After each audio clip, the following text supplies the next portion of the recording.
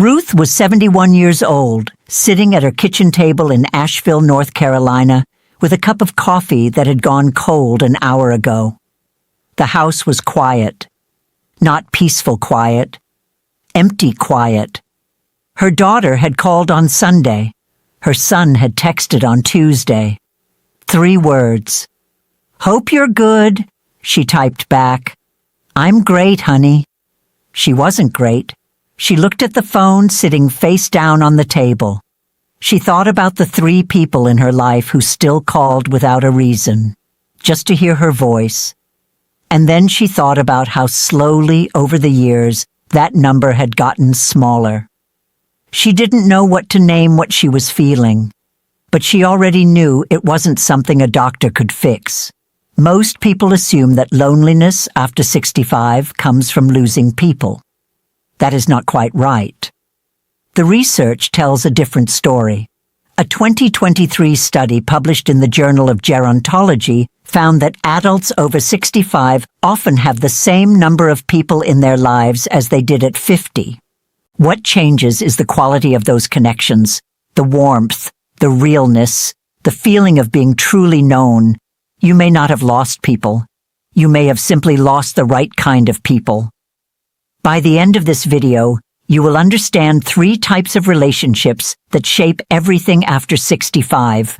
Which ones quietly protect you, which ones slowly drain you, and what one small shift can do for your health, your sleep, and the way you wake up in the morning. Stay with me. This matters more than most things we talk about. Ruth had spent 40 years being needed. She raised 2 children in a house on a quiet street. She drove to soccer practice. She stayed up late helping with homework. She made the phone calls when things fell apart and showed up with food when nobody asked her to. She was the person people leaned on. And then, quietly, that changed. Her children grew up. Her husband passed. Her closest friend moved to be near her grandchildren in Phoenix. And one morning Ruth woke up and realized that the phone had not rung in 3 days. Not once. She didn't tell her son. She didn't tell her daughter. She didn't tell her doctor. She just kept saying she was fine. This is how it happens. Not in one moment. Not in a fight or a loss or a dramatic ending. It happens the way a garden goes quiet in autumn. Slowly, and then all at once, and you almost don't notice until the silence is the only thing you can hear. Ruth had what researchers at Harvard call a relationship inventory imbalance. She had people in her life, but she had spent so long giving that she had forgotten how to receive. She had stopped letting people in, not because she didn't want connection, because somewhere along the way, needing someone had started to feel like a burden she wasn't allowed to place on others. She already knew something was wrong. She just didn't have the words for it yet. The moment didn't happen in a therapist's office. It happened in a grocery store parking lot. Ruth was loading bags into her car and she dropped one. An orange rolled under the car. She stood there for a second, not bending down to get it, just standing. And a woman about her age, a stranger, walked over without being asked and picked it up. "Here you go, honey," the woman said. Ruth said thank you. And then she sat in her car for 10 minutes and cried. Not because of the orange, because of how long it had been since someone had simply noticed her and helped her without her having to ask. Someone in her online community had written something that Ruth saw that same week. She said, "I'm not lonely because no one is around. I'm lonely because the people around me don't actually see me anymore." That is different. Loneliness is not always about absence. Sometimes it is about invisibility. And when you understand that, the problem changes shape entirely. It is not that you need more people. It is that you need the right 3 kinds. That is where the shift begins. Relationship 1. The witness. Ruth had a neighbor named Carol.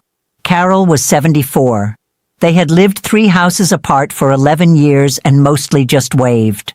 One afternoon, Ruth knocked on her door to return a dish. Carol invited her in. They talked for 2 hours. about their husbands, about their children, about things they had never said out loud to anyone. Neither of them fixed anything for the other. Neither of them had answers. They just listened. A witness is not a problem solver. A witness is someone who sees you without needing you to be different. Someone who lets your story land without rushing to the next thing. Ruth started having coffee with Carol on Thursday mornings. Just that. Just one Thursday a week. Within a month, her sleep improved. She stopped reaching for the phone at night just to have something to hold. Researchers at Brigham Young University found that people with at least one close confidant live significantly longer than those without. Not 10 close friends. Just one person who truly sees you. That is enough. That is where it starts. Relationship 2. The honest one. This one is harder. Ruth had a friend named Jean who always told her the truth. Not cruelly, but clearly. When Ruth talked about her son not calling, Jean said, "Have you told him it hurts you?" Ruth said no. Jean said, "Then he probably doesn't know." Ruth didn't want to hear that. She wanted sympathy. But what she needed was clarity. The honest relationship is the one that respects you enough not to just agree with you. It is the relationship that makes you a little uncomfortable sometimes and leaves you feeling more solid afterward. Ruth called her son that weekend, not to complain, just to say, "I miss you. I'd love to hear your voice more." He called back the next day, and the day after that. One honest conversation. That is all it took. A 2022 study from Stanford found that seniors who reported having at least one relationship with high candor, meaning honest, direct communication, had measurably lower levels of anxiety and depression than those whose relationships were mostly surface level. That is different from what most people expect. We think comfort means being told what we want to hear. But real comfort is being trusted with the truth. That is enough. That is where it starts. Relationship 3. The one you give to Ruth started volunteering at a local library on Wednesday afternoons, reading to children. She almost didn't go. She thought, what do I have to offer? She went anyway. The first child she read to was a girl named Lily, age 6, who climbed into the chair next to Ruth without being invited and leaned against her arm like she had known her for years. Something in Ruth shifted that afternoon that she could not fully explain. Giving, not because you have to, not because someone needs rescuing, but because you have something real to offer, is one of the most powerful things a person can do for their own health after 65. A long-term study published by the CDC found that older adults who engaged in regular volunteer activity had a 44% lower likelihood of dying early compared to non-volunteers. That number is striking. But Ruth didn't need the number. She felt it in her body on the drive home. The relationship you give to is not about being needed. It is about remembering that you still have something worth giving. That is enough. That is where it starts. I want to step away from Ruth for a moment and speak directly to you. If you are watching this, you have likely spent years, maybe decades, being the one who holds things together, the one who shows up, the one who gives. And somewhere along the way, the world may have started treating that as ordinary, expected, unremarkable. It is not ordinary. It never was. There is a kind of oak tree that grows very slowly, for a very long time, putting down roots that go deeper than most people would believe possible just by looking at the branches. In a storm, the shallow-rooted trees fall. The oak stays. You are not invisible because you have nothing to offer. You are sometimes invisible because the world is not always paying the right kind of attention. But the right people, just one witness, just one honest voice, just one place to give. can change the quality of every ordinary morning. Some kinds of being seen take longer than others, but they come. The witness.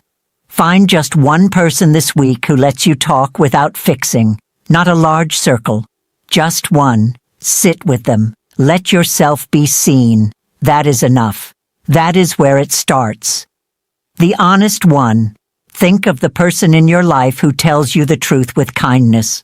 Call them this week, not to ask for advice, just to stay close to someone who respects you enough to be real. That is enough. That is where it starts. The one you give to. Find one small place this week where you can offer something, a skill, a Saturday morning, a story you know by heart. You do not need to be needed. You just need to show up. That is enough. That is where it starts. Ruth is back at her kitchen table in Asheville. The coffee is still warm this time. She made it 5 minutes ago. In 20 minutes, Carol will knock on the door. Ruth has already put out 2 cups. The phone is face up on the table now, not because she is waiting, because she is not afraid of it anymore. Outside the window, the oak tree in the backyard stands the way it always has, quiet, certain, rooted in something the eye cannot see. She takes a sip. She is still here, and that, it turns out, is more than enough. Leave one word in the comments. Just one word that describes how you feel after watching this. If someone came to mind while you were watching, a friend, a sister, someone who might need to hear this, send this to her tonight. Subscribe to The Mind Beneath. We are always here. Take care of yourself this week, not because you have to, because you finally can.